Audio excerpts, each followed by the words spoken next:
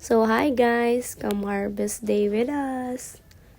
Mauni ang view sa bukid guys. Diba grabe ka-relaxing. Then nagsugod na sila harvest. Dara ang amo ang patatas. Grabe kabuyag. And dara painit sa tasahornal. Inay nagluto para pang paniud to. Diba? Pasensya ng tingo guys. Kay gisubawan ang first son. And dara nagluto na siya pang paniud to. Paypay jud tag left and right ani kay para maluto lang. Then flex na to niya tong videographer diba? Tapos natay puso sa saging. Harvest dap gihapon.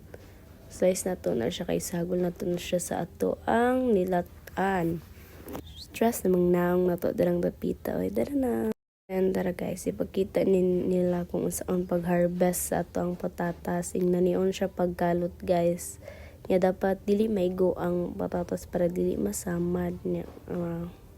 Diba? Kabuyag na lang dyan. Thank you Lord.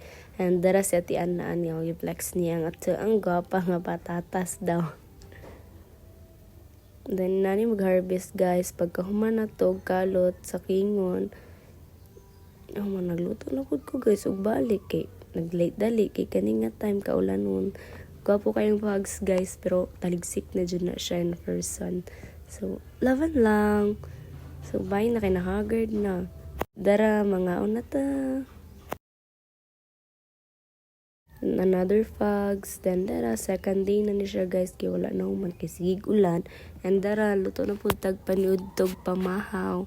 Para ready na ta maglista sa mga listahonon. Dara guys, karyadahon na siya pagkahuman og kalot kay punpunon. Then nagtapo, karyadahon na siya, dalaw na siya sa bodega para isako na po siya usab. Dara, kita mo sa dalan guys, pero tinalang gad. Dara guys, iklasipay na siya. Dara, nabot ako ang papa kay nag-ulan jud og taman guys. Tapos timbangon na siya. Kanan lang, bye!